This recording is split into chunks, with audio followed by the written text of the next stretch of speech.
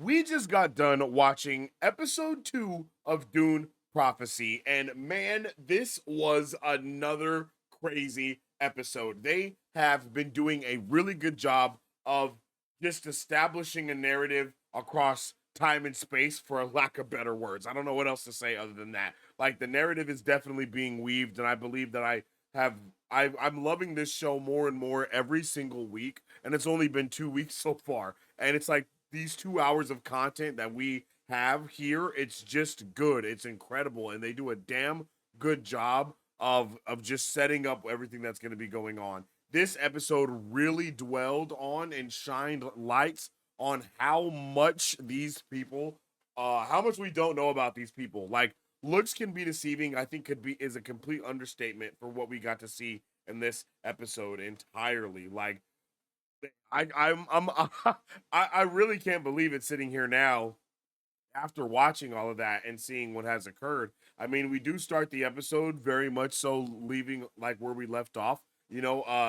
Kasha and the young prince have both been murdered by Desmond Hart, and there's everyone's kind of trying to figure out what to do and what this means for all of the plans that were in place, not just the soon to be Bene Gesserits, aka the Sisterhood, which is what they're called now, but also the other sides of the coins, to where it's like, what do we do in the wake of all of this sadness and death?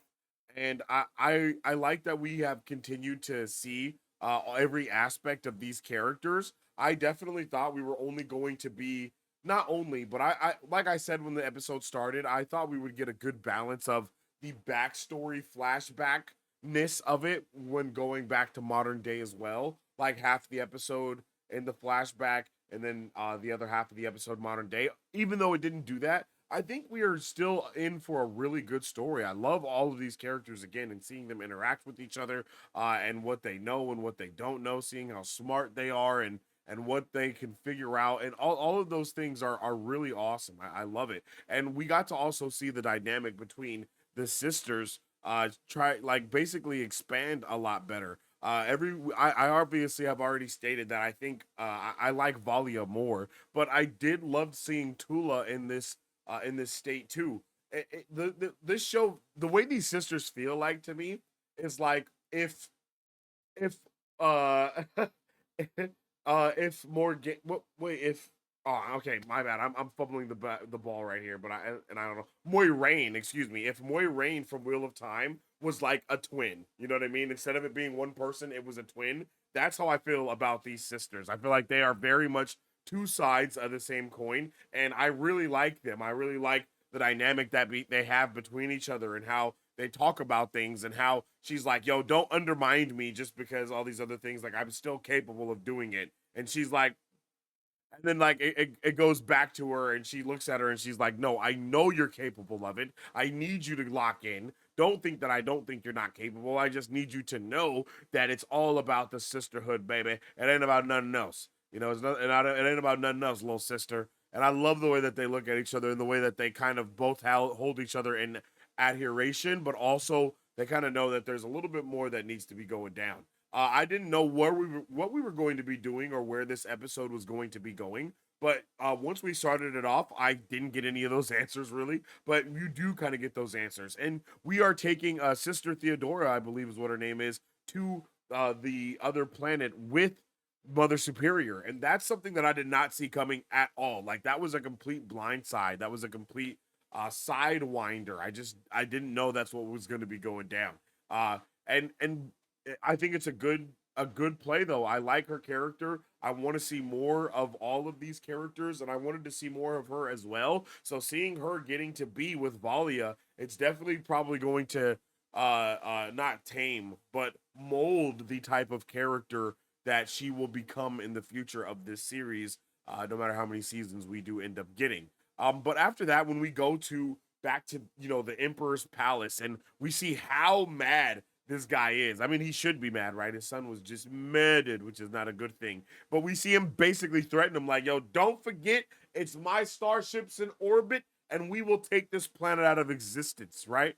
Because he believes that they know something that he hasn't said, and he does know something, right? Because the son ended up telling the daughter, and the daughter told her father. Obviously, son's really dumb for that. But we see that Desmond Hart basically gets before he gets arrested, he admits it. He's like, "Yo, I did exactly what you wanted me to because I serve the Imperium and nothing other than the Imperium." And he's like, "Well, I didn't tell you to kill him." And he was like, "Well, you heavily implied it." So I like that. I like the way it's just kind of capitalizing on that blood and cheese situation that I was talking about last week, to where even though he did not ask for him to murder a child, he was like, "Yo, child murder is always on board for my emperor. I gotcha, bro." And that's crazy. But it was also really it was insane to see, and I think it actually did a lot for his character to show us like, oh no, this guy is just he's serious like that. This is what he cares about. I love the way that they showed him being suspended and that being like a way of being sentenced, and just like hanging there in the air, like super wild.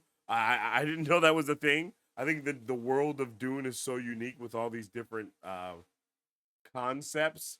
But when we come back to Tula, and she's talking to who we find out is the descendant of the original Reverend Mother who initially gave Valia the task of ensuring that the bloodline was pure in the first place. We see that Tula has basically raised this girl as if she was her own daughter, and since she is also of the bloodline of the great grand the great grandmother, if you will, the great grandmother Reverend, or whatever her name was, if you will, she is way more capable of doing these certain abilities and being able to tap in to this sight, quote unquote, that they need in order to kind of get a better understanding of what the future holds. And later we will find out what the future holds, and it will be a lot. So we also get to see the prince and the princess, I guess, of both sides. They were doing the damn thing. They were like getting down and dirty, snorting the yay, and getting, they was doing whatever. They were building a snowman and getting snowy, if you know what I'm saying. Like it was going up, down, left, and right. One thing that I also really enjoyed within this episode is we got to see Haviko's wife Natalia, and how much, like, she's not a Bene Gesserit, but she is just as much as in his ear as the Bene Gesserit are in all of the Lord's ears that they are connected to. It was definitely wild to see the way that she kind of was able to, not, it wasn't wild to see, but it was wild. It was at the same time because she just got in his ear so quickly, and it's because he needs someone in his ear. You know what I mean? When you're an emperor, or when you're a leader, or any of that type of stuff, you kind of need all of that information you can get, all the support you can get around you, in order to make sure that the kingdom or the empire is ran properly. We continue to get just a lot of backstory here with all of these characters that I do believe will build up to be far more important as the season goes on. We do have a total of 6 episodes only in this season. So this is not going to be a long season. So like on episode 3, we will be at the halfway point for this show, which might be crazy to think, but with each episode being an hour, they're doing a really good job of covering ground. So next week we will be at a halfway point to really know what is going on with these characters, what they do, not what they do, but who they are, what they believe in, so on and so forth. Uh, and I love the way that when we are with the two emperors, well, not the two emperors, but the two feuding, and the Mother Superior, that's what her name is. Mother Superior pulls up. Everybody's like, "Oh shit!" Like it's about to get ugly. It's about to go down. What do we do now? And it's because she pulls up, strutting, and of course commanding all attention, not demanding it. She quickly, goes to work doing her truth seeker thing, a truth sayer or truth seeker, whatever it's called. She does a really good job of doing it so subtly that even the emperor thinks that he's tricked the Reverend Mother, but he thinks he's tricked Mother Superior, which she clearly hasn't. She goes to talk to young Niz. What is her name? Nix, not Nix. What the hell is this girl's name? But when she goes to talk to her, she's like, I still want to go. I still want to do all of these things. And she's like, "Oh, okay. Well, maybe you might be able to." You know what I mean? Like she's like, "Maybe Niz, I think is what her name is." She's like, "Maybe you'll be able to do all these things. Who knows? You know, we'll see when we get there." And she's like, "I want to work. I want to grind." And she leaves Sister Theodora to stay with her in order to kind of be by her side, take that place of um Kasha, who we know is now DEA to the D. And I think, I think some of my favorite scenes from this episode is seeing Desmond and Valia together, and seeing the way that their dynamic kind of is going back and forth, and how they kind of don't like each other at all, but they're both very power not I guess yes, very powerful characters, and very, very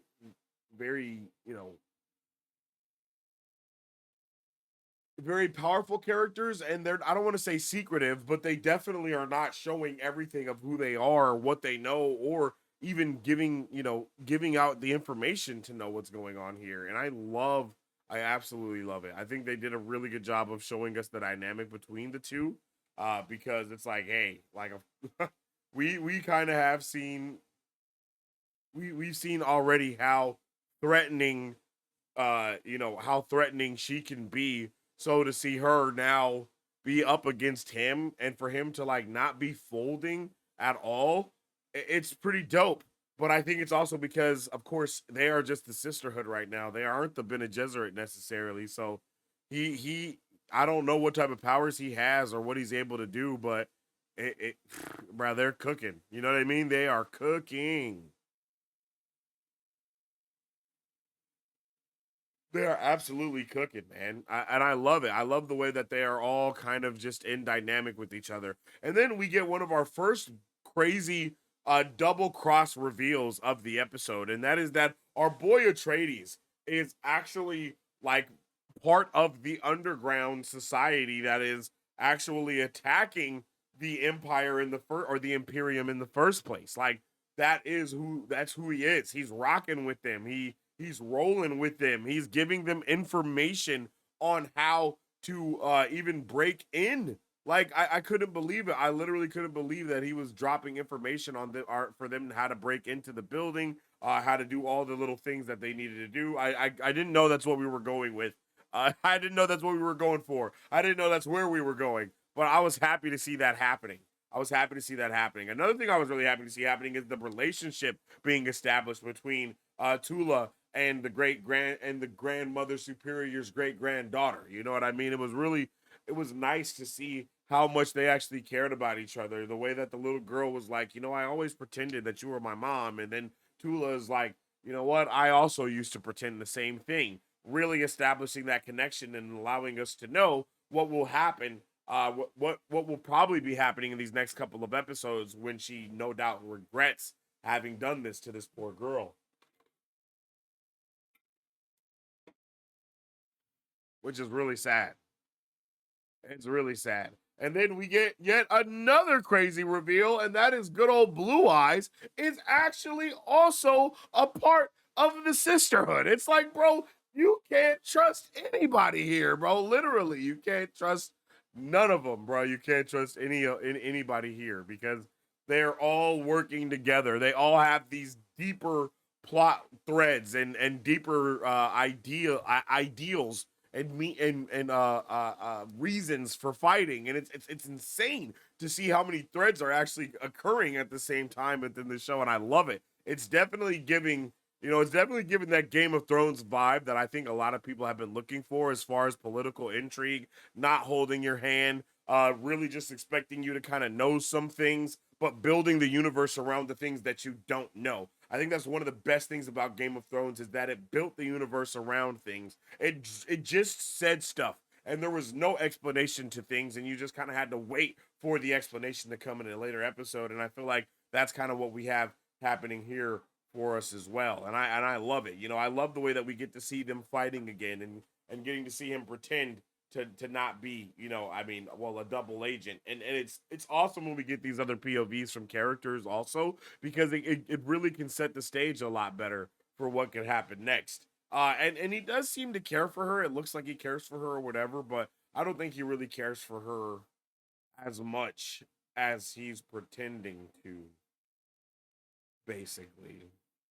Uh, and again, we see Natalia pulling up here and talking to Desmond yet again, doing all the things that she can. One thing that she said to her husband, which I really liked, is uh, let's not kill our let's not kill our friends to make our enemies happy, or something along the lines of that. And I thought that was an amazing little nugget that she dropped there, especially when they're playing the political games that they are playing, because they are 100% playing some very political games here.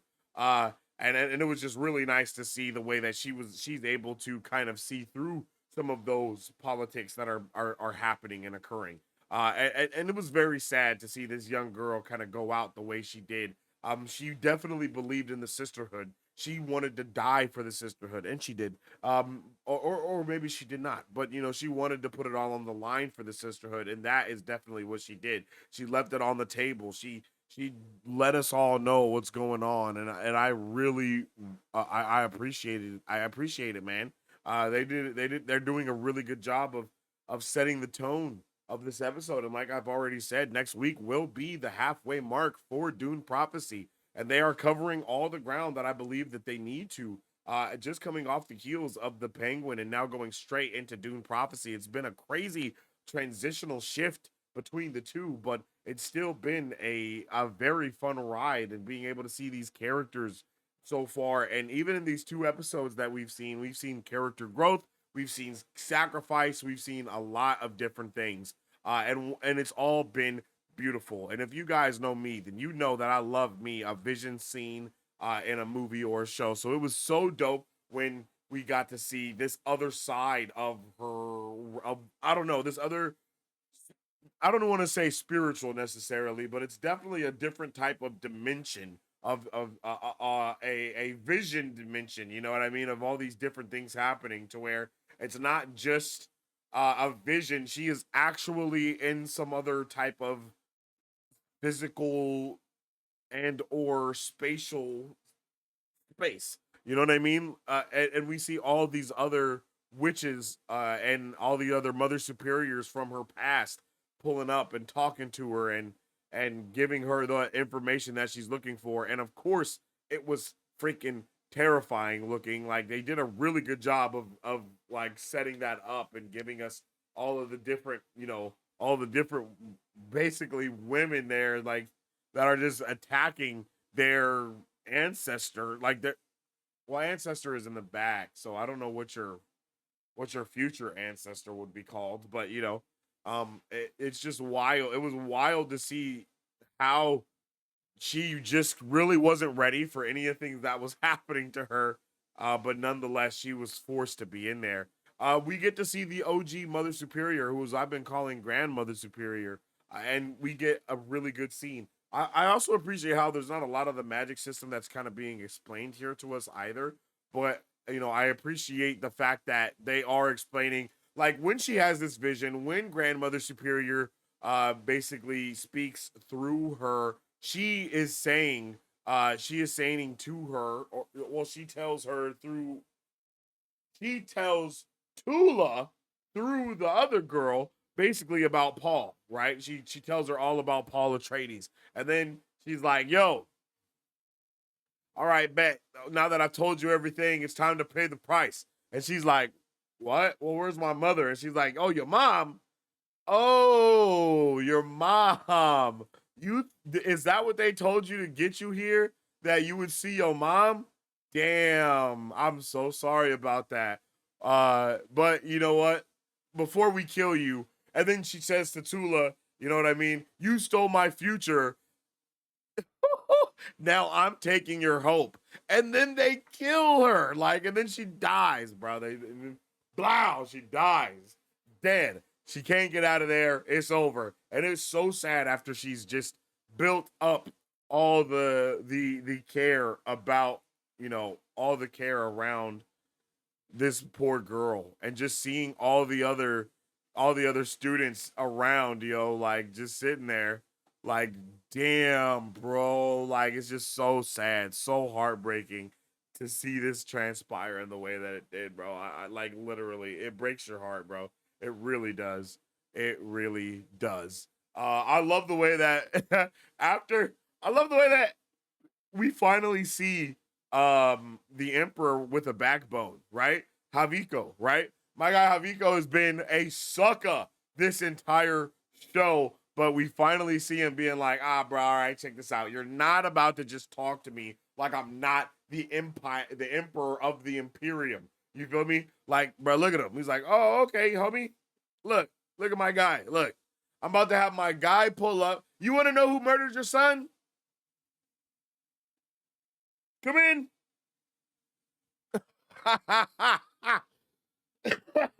That's crazy. And then he immediately hits him with the crazy eyes and boils bro's skin from the inside out. Absolutely diabolical, bro. Absolutely diabolical. I was not prepared for it. He makes bro suffer. He puts him on the ground and he's like, all right, G, that's it. You feel me? Get up out of here. And then we end it with another amazing moment. As I said earlier, Valia and Desmond's moments were some of my favorite. So seeing them stand off yet again here at the end of the episode, it was awesome. And seeing the way that, Valia tries to use the voice and it just does not work for no reason that we know. It's just like, wait, what's happening here? What's going on? And they like the face off is real, right? Like the face off is real. I love it so much. And I need to know more about it. And it's awesome the way that they are bringing up these subtleties within the lore that are so obviously going to come into play in the future. I don't know I don't know where they're going to come to play in the future, but I could definitely see somebody being in the next Dune movie that is not affected by, all of this in the same way. And it was really crazy to see, that he wasn't affected by it in any way. I didn't know that was even possible. Um, I love that she starts going off and he looks and he does all of the things and he's acting like it's all working. But it's not really working. You know what I mean? And he's like, you think, yeah, no, I'm that guy. You know what I mean? I don't know why he's that guy like that, but he is that guy. So, and he knows he's that guy, and she knows he's that guy. Like, we all know it. So when we see this moment, like, look at her face. Look at how astonished she is. And then he's just like, like, bro, no, not today, sweetheart. Not today, sweetheart. I'm sorry, bro. And then he drops a cold line on her, man. He's like, I wanted to know what was gonna scare you, and it's not nobody listening to you. It's people listening to you, and they just don't care what you have to say. And I was like, damn, son. And that is how we end the episode. I thought this episode was fantastic. I think this episode is great. I can't wait to continue the journey down this show because up until this point, man, they have been doing a damn good job of really setting the table, as I said last week. And in a show that's only 6 episodes long, we know that they're gonna have to cover a lot of ground. They're gonna have to really do what they can to set up the future of this franchise as well. And I think they're doing all of the things in a really timely manner. And I think the pacing is working. I think the cinematography yet again was beautiful. All the actors were bringing their A game. The music, the soundtrack was great. Like, we got another banger episode across the board, and I want to know how you guys felt about it as well. So let me know in the comment section down below. Drop all your thoughts, theories, and questions for Dune Prophecy. And of course, if you want to show your support, you can always leave a super thanks. Or if you want me to deep dive into any of your thoughts, theories, or questions, you can leave a super chat, and I will dive into that.